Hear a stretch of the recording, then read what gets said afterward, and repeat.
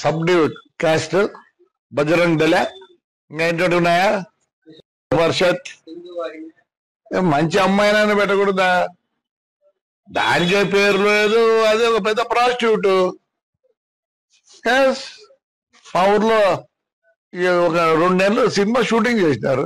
నన్ను పర్మిషన్ అడిగినారు. గాయత్రిది మా లెక్చరర్ ఇల్లు చూసినారు, మా సూర్యమణి ఇండ్లు వాడినారు.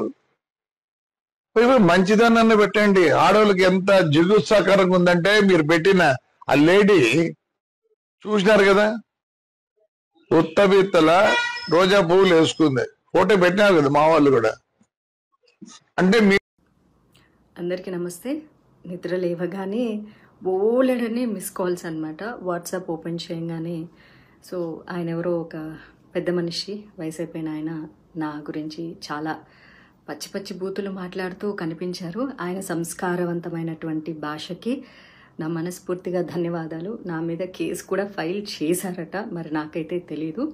ఒకవేళ మహిళల సంరక్షణ గురించి నేను మాట్లాడడమే నేరంగా భారతదేశంలో పరిగణించబడితే అలాంటివి మరికొన్ని 10 కాదు 100 వీడియోలు చేయడానికి నేను సిద్ధంగా ఉన్నాను. నా మీద 100 కేసులు ఎవరైనా పెట్టుకోవాలి అనుకుంటే దయచేసి పెట్టుకోవచ్చు. నాకు ఎలాంటి అబ్జెక్షను లేదు. మహిళల మానం, మహిళల ప్రాణం మహిళలకే ఇంపార్టెంట్ కానప్పుడు నేను దాని మీద స్పందించడానికి పదే సిద్ధంగా ఉన్నాను. 1000 కేసులు పెట్టినా నేనైతే వెనక్కి తగ్గేదే లేదు అన్నట్లుగా ఉంటాను. ఆయన పెద్ద మనిషి మాట్లాడిన భాష చాలా చాలా గొప్పగా ఉంది.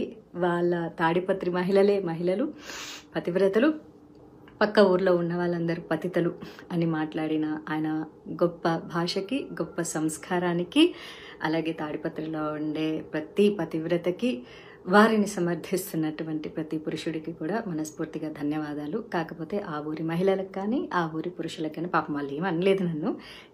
ఈయన చెప్పారనమాట, మా ఊరి మహిళలు అని చెప్పేసి. సో మరి నేను కూడా మహిళే కదా, నేనేమన్నా ఒక్క బూతు మాట మాట్లాడడం జరిగిందా? పోనీ ఆ పెద్ద మనిషి పేరైనా తీయడం జరిగిందా? అసలు ఆయన ఎవరో కూడా నాకు తెలియదు. ఇప్పుడు నేను తెల్లారి చూసే వరకు కూడా ఆడేదో జేసీ పార్క్ అన్నానా, జేసీ పార్క్ ఆయన కట్టించుకున్నదన్న సంగతి కూడా నాకేం తెలుసు. మరి ఏమీ తెలియకుండా ఎలా మాట్లాడతాం మా ఊరి చరిత్ర అని అంటున్నారు. తాడిపత్రే కాదు, ప్రతి ఊరికి ఓ గొప్ప చరిత్ర ఉంటుంది. తాడిపత్రి గొప్ప చరిత్ర అన్నది హిస్టరీకి సంబంధించింది అయితే, గాంజా, సిగరెట్టు, మందు, డ్రగ్స్ అన్నవి నేర చరిత్రలకు సంబంధించినవి. కాబట్టి నేరానికి ఊరి యొక్క చరిత్రలకు సంబంధం ఉండదు. అలాగే తాడిపత్రి నుంచి ఎంతమంది ఇన్ఫ్లుయెన్సర్స్ ఇన్స్టాగ్రామ్లో ఉన్నారు. Instagram influencers are nothing but cinema actors. వాళ్ళు కూడా, వాళ్ళకి ఎంత క్రేజ్ ఉందో వీళ్ళకి కూడా అంతే క్రేజ్ ఉంది ఇప్పుడు సమాజంలో. మరి తెర మీద కనిపించే వాళ్ళందరూ ప్రాస్టిట్యూట్లు అని ఆయన అన్నారు. కాబట్టి దయచేసి తాడిపత్రి నుంచి ఎవరెవరైతే తెర మీద కనిపిస్తున్నారో, భవిష్యత్తులో సినిమా రంగంలోకి రావాలనుకుంటున్నారో, అమ్మ దయచేసి మీ అందరికీ రిక్వెస్ట్ చేస్తాను, ఎవరు రావద్దు. సినిమా ఇండస్ట్రీలో కేవలం ప్రాస్టిట్యూట్లు మాత్రమే ఉంటారు. మీ జేసీ ప్రభాకర్ రెడ్డి గారు చెప్పినట్లు తెర మీద కనిపించే మహిళలందరూ క్యారెక్టర్లెస్గా ఉంటారు, చాలా చాలా తప్పుగా ఉంటారు, గబ్బు గలీజ్ పనులు చేస్తుంటారు. కాబట్టి తాడిపత్రిలో ఉన్న వాళ్ళ మహిళలందరూ కూడా పతివ్రతలు. కాబట్టి దయచేసి ఎవ్వరూ కూడా తెర మీద కనిపించొద్దు.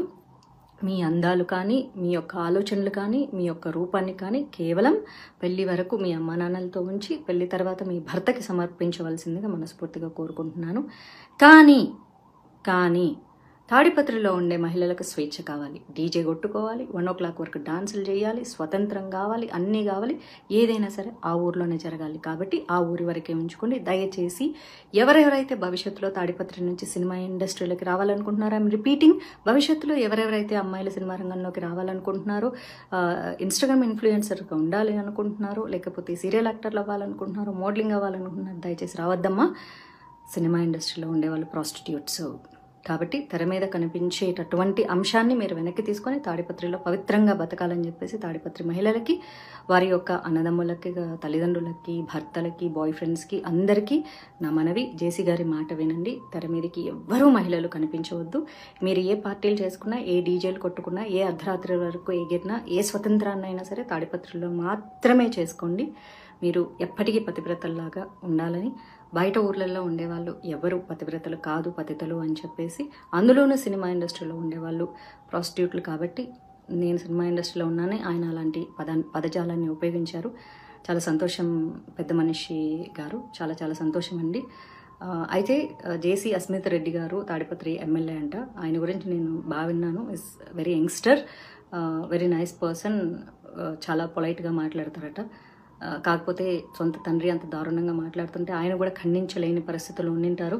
కాకపోతే మీకు కూడా సినిమా ఇండస్ట్రీలతో చాలా మంచి సంబంధాలు ఉన్నాయి. అస్మిత్ రెడ్డి గారి వాళ్ళ బ్రదర్కి అయితే సినిమా ఇండస్ట్రీతో చాలా మంచి సాన్నిహిత్యాలు ఉన్నాయి.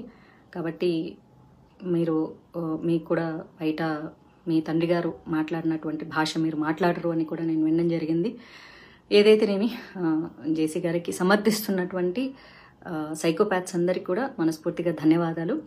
నేనైతే భయపడట్లేదు. భయం అంటే ఏంటో కూడా నాకు తెలియదు. ఎందుకంటే పుట్టడం సహజం, మరణించడం కూడా సహజం. మధ్యలో జరిగేవన్నీ మన కర్మల్ని బేస్ చేసుకుని ఉంటాయి. కాబట్టి నన్ను మీరు కిడ్నాప్ చేయాలనుకుంటే చేసుకోవచ్చు, లేకపోతే మీరు చెప్పినటువంటిది ఏదైనా మర్డర్ చేస్తారంటే కూడా చేసుకోవచ్చు. ఎందుకంటే నా తలరాతలో ఏం రాసి ఉంటే అది జరుగుతుంది తప్ప నా తలరాతలో రాయింది ఏది జరగదు. ఒక కృష్ణ ప్రేమికురాలుగా చెప్తున్నాను, నేను రాజ్యాంగబద్ధంగా చాలా చక్కగా మాట్లాడాను. మహిళల స్వేచ్ఛ గురించి, స్వతంత్రం గురించి, సేఫ్టీ గురించి మళ్ళీ మాట్లాడుతూనే ఉంటాను. జేసీ ప్రభాకర్ రెడ్డి గారు అయితే చాలా చక్కగా మహిళలకు స్వేచ్ఛ కావాలి, స్వతంత్రం కావాలి, మహిళలు ఇంట్లో కూర్చోకూడదు అని చెప్పి ఒక మహిళనైనా నన్ను అమ్మ నా బూతులు తిట్టడం జరిగింది. పాముకి 2 నాలుకలు ఉంటాయి, మనిషికి ఒళ్ళంతా విషం ఉంటుంది. ఆ విషముతో కూడినటువంటి పాము నాలుకలా మాట్లాడినటువంటి మీ యొక్క వయసుకి కూడా నాకు మర్యాద ఇవ్వాలని ఉన్నా సరే మీ భాషకి మర్యాద ఇవ్వలేక, ఇక ఎలాగూ వయసు అయిపోయింది కాబట్టి మిమ్మల్ని అనుసరించి మీరు మాట్లాడేవి చేదు మాటలు నచ్చే ఎంతోమంది సైకోపాత్స్లు ఉంటారు. కాబట్టి మీ అందరికీ నా పాదాభివందనాలు. మీ యొక్క గొప్ప సంస్కారానికి నేనైతే తలదించేది లేదు. మాధవిలత పసుపులేటి. కర్మ will be back. I stay with good karma. You are going in a wrong way. కాబట్టి మీ కర్మలకు మీరే బాధ్యులు తప్ప నేను కాదు. ఒకవేళ భగవంతుడు నాకు ఆ కష్టాలు మీ వల్లే రాసి పెట్టి ఉంటే అది కూడా నా కర్మలో భాగం అనుకుంటాను తప్ప నేను తప్పు చేశానని ఒప్పుకోను. రాజ్యాంగబద్ధంగా చాలా సక్రమంగా మాట్లాడాను. మీరు రాజ్యాంగాన్ని తప్పి నీతి తక్కువ మాటలు మాట్లాడారు. కాబట్టి మీ యొక్క కుసంస్కారానికి ఈ వయసులో మీరు సిగ్గుపడాలి. మీ భార్య కానీ, మీ ఇంట్లో ఆడవాళ్ళు కానీ, మీ కోడల్లో కూతుర్లో మరి మీ యొక్క భాషని వారు సమర్థిస్తున్నందుకు ఆ మహిళా మహారాణులకు పాదాభివందనాలు. కాకపోతే మిమ్మల్ని ఏమీ అనలేక వాళ్ళు మౌనంగా రోధిస్తున్నందుకు వాళ్ళ రోదనకు నా సంతాపం.